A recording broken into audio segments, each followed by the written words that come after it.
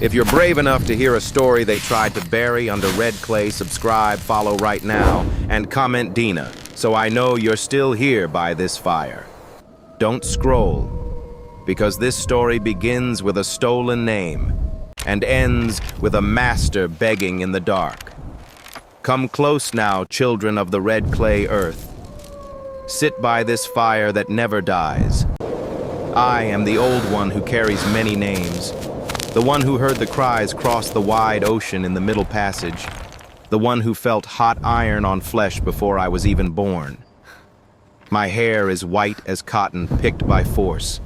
My voice creaks like chains that never fully loosen. Listen now for this. Here is a true story. True the way blood remembers true, the way soil remembers. It ain't written in no white man's books. Ain't carved on no museum plaque, but it lives in the wind that still moves through cotton fields. Lives in the cry of mothers who never saw their children again. Lives in the Georgia earth that drank tears and never forgot. Her name was Dina of the Coffin, a woman locked in a wooden box for 35 nights. And the one who got buried alive in the end wasn't her. Some stories don't die when folks pass on. They root deep like sweetgrass in the lowlands, like cypress in the bayou. And this one, Lord have mercy, this one reaches straight down to the ancestors. Dina's story began the way too many began, with an eraser, with a severing, with a wound that never closed right. She was born somewhere folks argued over South Carolina, maybe Georgia. Those lines didn't mean much when your whole life got measured by how far a master's land stretched. Her mama, they say, was tall and dark as a moonless night, eyes full of secrets from across the water. Strong-backed, proud. The kind of woman who sang work songs so heavy with sorrow even the overseer had to look away for a second because his heart remembered it wasn't supposed to feel. Dina had another name once. An African name her mama whispered into her tiny ear the moment she came squalling into this world of bondage. But that name got buried the day the auction block swallowed her mama whole. Lord of Glory Charleston's son beating down like punishment. Bodies lined up like cattle. White men circling, poking and prodding, lifting lips to check teeth, squeezing arms to test strength. And the auctioneer's voice rang out like a devil's sermon, calling a woman fine stock and a child extra like they was nothing but numbers. Her mama didn't cry, didn't beg. She just held Dina close one last time and spoke something in that old tongue words that sounded like prayer and curse braided together. Then rough hands tore them apart. The child screamed till her throat went raw, screamed till sound became silence, screamed till her soul learned the first law of slavery: even love can be sold for silver. The man who bought her mama vanished toward the rice coast. Dina never saw her again, not in daylight. But folks swear on their lives that in the deepest hours when spirits walk, you can still hear that mama's song riding the wind, calling for the baby she lost. The girl child got sold again, this time to a man named Robert Harland. Mr. they called him, though Mr. was too gentle for what he was. He owned a plantation inland where cotton stretched so far it swallowed the horizon. The big house stood like a white tomb with columns and cruelty.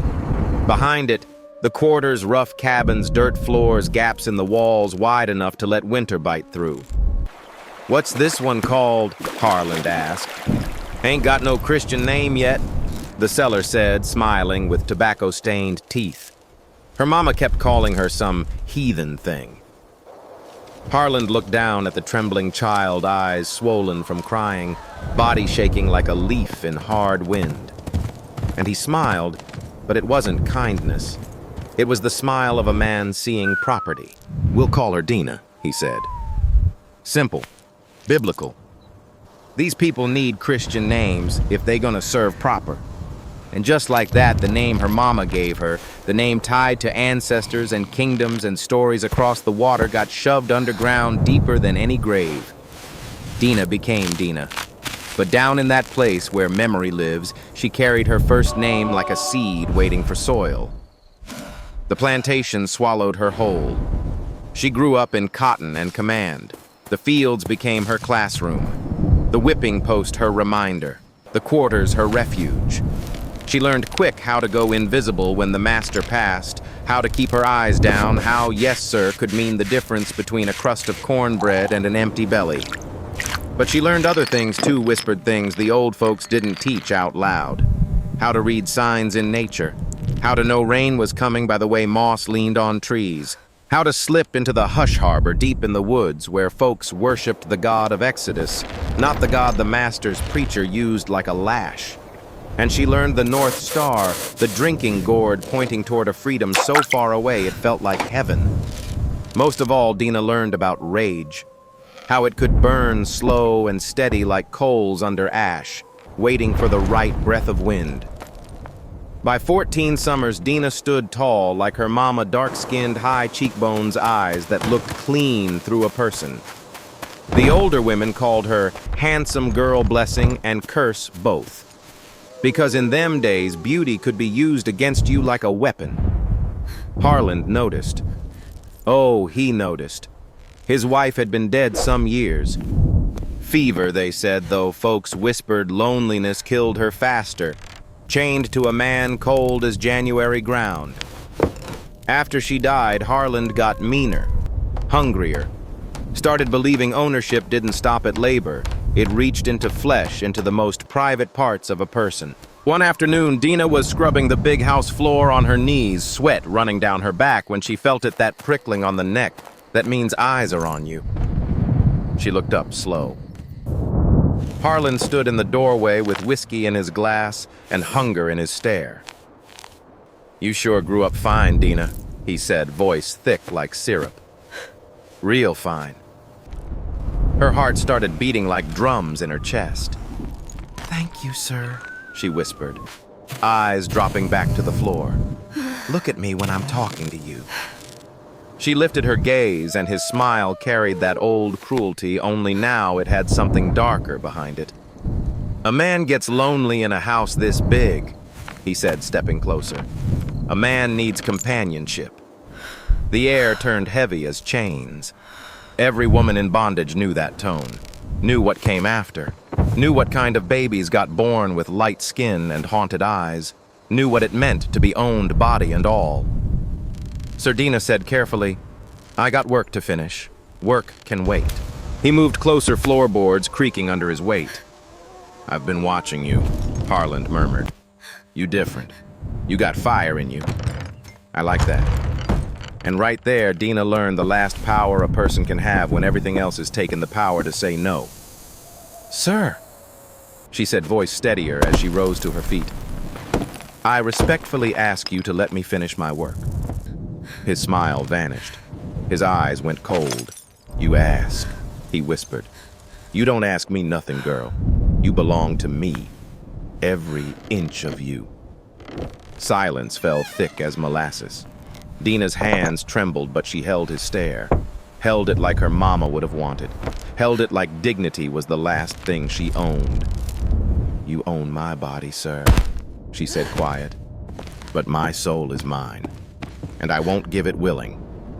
For a moment his face looked almost human, then it twisted into something ugly. "We'll see about that fire," he said. "We'll see how long it burns." That night, Dina walked back to the quarters with legs that felt like they forgot how to carry weight. The sky was red at sundown, and the old ones always said red sky meant trouble coming. Sister Ruth was waiting by the cabin door, face lined deep as dry creek beds, but eyes still bright with knowing. "He touch you?" Ruth asked. "No, ma'am," Dina whispered. "But he looked at me that way." Ruth pulled her inside voice low. "Child, when a master starts looking like that, you got 3 roads. You submit, you run, or you resist. And each road got its own kind of hell." "I can't be his," Dina said. "I won't." Ruth stared at her a long time, then reached under her mattress and pulled out a little pouch, worn leather tied with twine. Inside was dried roots, powder bits of bone. "Mojo hand," she said. "For protection. You keep it on your body. You pray over it. Ask the ancestors to cloud his mind." Dina held it and felt warmth like it carried something alive. "Will it work?" she asked. Ruth's face went solemn. "Root work ain't magic, child. It's faith mixed with knowledge, mixed with the power of our people. But even then, sometimes evil too strong. Sometimes all we can do is survive." Dina didn't sleep that night. She lay listening to the quarters breathe, snoring, coughing, the soft crying of a woman whose baby had been sold last week. Through the cracks in the wall, she could see the stars and that drinking gourd pointing north. Freedom up there somewhere so far away, it might as well have been heaven. Weeks passed. Dina kept working in the big house, kept feeling Harlan's eyes like hands that hadn't touched yet but promised to. She heard him arguing about debts, heard him cursing his dead wife, heard him drinking late into the night like liquor could drown out a guilty soul. Then came the cellar.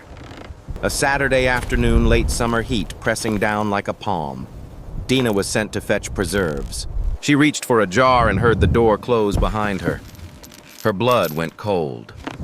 Dina Harlan said from the shadows, whiskey on his breath. "We need to talk." He crossed the space fast, slammed his palm against the shelf beside her head. Jars rattled, dust fell. "I own you," he growled, "every inch, every breath." The mojo bag burned against her chest like a coal. Dina's heart hammered, but she met his eyes. "You own my body," she said, "but my soul is mine and God's." He grabbed her chin, squeezed hard enough to bruise. "You testing me?" Then, disgusted, he shoved her. "Get out, before I do something we both regret." Dina ran up those stairs like she was running out of a grave. Ruth found her shaking on her bed and held her like a mother holds a child. "He gonna break you if he can," Ruth whispered. "Masters always try to break what resist." 3 days later, the hammering started. Behind the quarters, Isaac the carpenter, an enslaved man with hands that built what he hated, was forced to build something for Harlan. He came back with fear in his eyes. "It's a box," he whispered. "A wooden box, big enough for a person, with a lock." The quarters went silent. Nobody said Dina's name, but everyone looked at her. At night, the hammering sounded like nails driving into a coffin while the body still lived. Dina lay awake, hearing it, feeling the future being built plank by plank. On the 4th night, the hammering stopped. That silence was worse. Sunday came with the forced sermon. The white preacher talked obedient servants obeying masters, God-blessing bondage. Dina sat with her jaw clenched until her teeth ached. Harlan kept turning around to look at her. After church, he approached with Pike, the overseer beside him, whip coiled at his belt like a snake. Dina Harlan said, too pleasant, "Walk with me." It wasn't a request. They led her past the cabins to the open space behind the quarters. A crowd had gathered, folks dragged out of their little rest to witness a lesson. And there it was. The box. Rough wood. Iron lock. Half buried in red clay like the earth was already claiming it. Just looking at it made Dina's chest tighten. Her breath went shallow. Harlan raised his voice like he was preaching. "This is what happens when property forgets its place. When it refuses." Pike grabbed Dina and shoved her forward. Dina fought. Lord knows she fought, kicking, twisting, crying out. But Pike was strong, trained by violence, and she was only one body against a system. Her knees hit the edge first. Then her hands scraped rough wood as they forced her inside. It was small. So small her shoulders touched both sides. She couldn't stand, couldn't stretch, only curl. The smell hit her fresh pine and damp earth like a grave that still had sap in it. "Please," she cried. "Please." Too late, Harlan said. 35 nights, Dina. Count them. The lid came down slow, blotting out sky like a sunset she'd never see again. Then the nails. Bang, bang, bang, each strike sealing hope. Then the lock clicked. Iron tongue into iron mouth. Footsteps retreated. The crowd dispersed. Folks forced back to their cabins and their fear. And Dina was alone. Darkness so complete she couldn't tell if her eyes were open. Her breathing sounded too loud, too fast, trapped in that small space. Panic rose like floodwater. She clawed at the lid until her nails split. She screamed until her throat turned to fire. Outside, life kept going. She could hear children laughing far off, women singing, the crack of Pike's whip, a world moving while she was buried in it. Heat turned the box into an oven by day. Sweat ran off her until she had nothing left to give. Her mouth dried like cotton. Thirst became a living beast clawing her throat. Night cooled the wood a little, but the darkness stayed heavy as soil. On the first night, she heard footsteps near the box. Soft, careful. Then a whisper through the cracks, low and urgent. "Child, you hear me?" It was Ruth. Dina croaked back, barely a sound. "I'm sliding something under," Ruth whispered. "A hollow reed. When I tap twice, you put your mouth to it. Understand?" 2 taps. Dina felt along the bottom edge until she found it thin as hope. Warm liquid came. Water mixed with something sweet honey or molasses. Just a trickle, but Lord have mercy, it was life. Little bits, Ruth breathed. "Every night I can risk it. You stay quiet.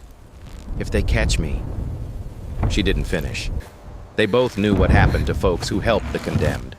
The reed became Dina's lifeline. Night after night, Ruth risked death to feed her sips of water and thin broth and bitter root medicine. Day by day, Dina learned to count time by sounds outside the morning bell, the work songs, the whip, the hush of midday heat, the settling of night. Harlan came too. Regular at first, drunk and proud. He'd kick the box and call, "You ready to submit?" Yet Dina. The first nights she couldn't answer. By the 5th night, her voice returned raw as gravel. "No, sir," he laughed. "We'll see." In the darkness, Dina's mind started to change. Fear didn't vanish, but it hardened into something else. She remembered her mama, remembered that song, remembered that her people survived ships and chains and markets and whips. "I come from survivors," she whispered. "This box ain't bigger than what they endured." And sometimes, Lord, sometimes she felt a presence. Not a sound, not a voice, a knowing. Like the ancestors were standing around that box watching to see if her spirit would break. On the 7th night, Harlan came and asked again. Dina answered different this time. "You can keep me in here till I die." "Massa," she rasped. "But my death gonna haunt you." The silence outside went thick. Harlan's voice came back uncertain for the first time. "You gone crazy in there, girl?" "Maybe," Dina said. "Or maybe I'm seeing clear." "Spirits walk here, massa. The dead are watching." After that, Harlan's visits changed. He still came, but his laughter didn't sound steady. He sounded bothered, like something had crawled under his skin. Weeks passed. Dina's body weakened. Sores rose where wood rubbed skin raw. Fever came in waves. Her muscles cramped until pain became the only language she understood. But her mind sharpened like a blade. Ruth whispered news through the reed one night. Massa been drinking heavier, waking up screaming. Pike say he seen him crying like a child. Dina smiled in the dark. Not kind, not soft. Him breaking, she whispered. Not me. And Dina began to speak into the night like her words were seeds. "You hear her, don't you?" she'd say when Harlan came. "Your wife, walking them halls. You think she died of fever. She died of knowing what kind of man you is." "You hear them," Dina breathed. "The ones you whipped to death. They still counting." Harlan would curse, would stagger back, would whisper prayers he never used to whisper. By the 3rd week, the plantation started to feel it. Folks in the quarters murmured about strange things, horses spooking at the big house, Harlan talking to shadows. Pike looking over his shoulder like a hunted man. And inside that box, Dina listened and learned. She learned Harland was getting careless. The first week, he locked the box tight every time. But as guilt and fear ate him alive, he started fumbling. One night, Dina heard the lock click wrong loose, uncertain. She tested the lid with what little strength she had. It gave, just a hair. A seed of possibility planted itself in her chest. By the fourth week, Dina changed her voice when Harland came. She stopped cursing, stopped threatening. She moaned soft and weak like she was dying. "Please," she whispered. "I can't. No more." Harland leaned in like a starving man smelling bread. "You ready to submit?" he asked, hungry. Dina waited a beat, then let the lie slide out like poison. "Yes, sir. Anything. Just let me out." He sighed, satisfied. "Few more nights. Then you'll come to the big house willing." "Yes, sir," Dina breathed. Willing. And she lay back in the darkness with that terrible smile. Let him believe. On the 30th night, Harland came drunk enough to forget his own hands. Dina heard the key drop, heard him curse, pick it up, turn it halfway, then nothing. He left it not fully locked. Dina's heart hammered so hard it hurt. But she waited, patient, the way her people had been forced to wait through centuries. When his footsteps faded, she pushed. The lid resisted. Nails held wood swollen tight, but the lock wasn't truly engaged. She pushed again. A nail popped loose with a sound like a gunshot in her ears. She froze, listening. Nobody came. Crickets sang. Wind moved through cotton. She pushed again. Another nail gave. A crack opened. Night air rushed in thick with earth and humidity and freedom. Dina gasped like a newborn. She could have forced the lid then, could have crawled out and vanished into the dark. But Dina had learned something in that coffin. Sometimes you don't just survive. Sometimes you collect what's owed. So she left the lid barely ajar and waited for the 35th night. That night the moon hung low and red as clay. Harland came singing some hymn about grace, drunk on victory, drunk on the idea of breaking a woman and calling it God's will. Dina. He slurred, kneeling beside the box. Time to come out. Time to be good. He lifted the lid, and Dina's hand shot out like a snake strike, skeletal scarred but strong with the strength of the desperate. She grabbed his wrist. Harland screamed and tried to jerk back. But Dina used his shock, his drunkenness, his unprepared body, and she pulled. He stumbled forward, hands scrambling at the edges. Dina rose at the same time, climbing out like the dead climbing from earth. In one breath, their places swapped. Harland fell into the box. "No, no, Dina, please," he cried, voice turning child small with terror. "Sorry ain't payment," Dina said and slammed the lid down. She didn't have a hammer. She didn't need one. She found a rock, found the nails scattered where Isaac once worked. Bang! Harland's scream hit the wood. Bang! Dina. "I'll free you, I'll bang." "You wanted me to die in darkness," Dina said, voice flat as judgment. "Now learn the lesson you built." She drove nail after nail, each strike shaking her ruined body, each strike a sermon the plantation would never forget. When the last nail went in, Dina scooped red clay and packed it over the top, not fully burying, just enough to muffle the sound, just enough to make him feel earth closing in.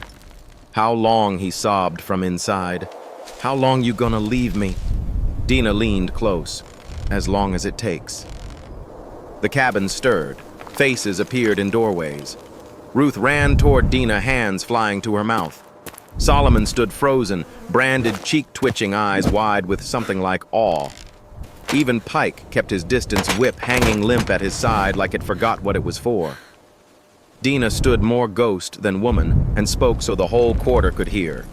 "Whoever tries to dig him up will answer to me, and to the spirits that walked with me in that dark." Nobody moved, and behind them the screaming went on. until it didn't. How long it lasted, folks told different. Hours, some said. Days, others swore. But every scream ends.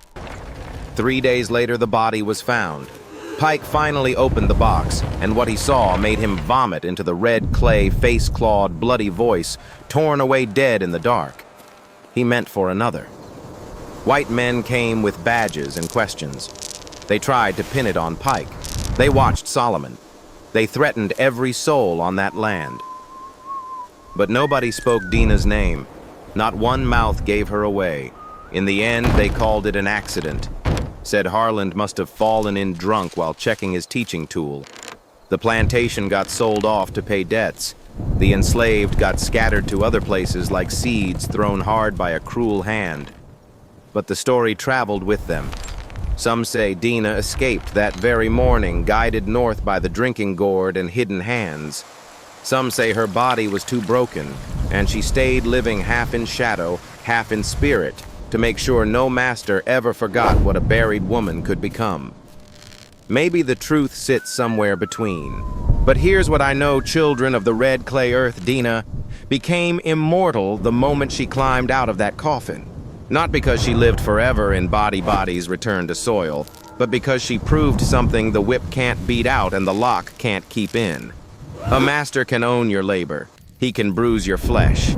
He can bury you under wood and dirt, but he cannot purchase your soul. So when the world tries to put you in a box, any kind of box, remember this story. Remember Dina. Remember the lid can open from the inside. And if you want more stories, the books won't hold. Subscribe, follow, and comment Dina.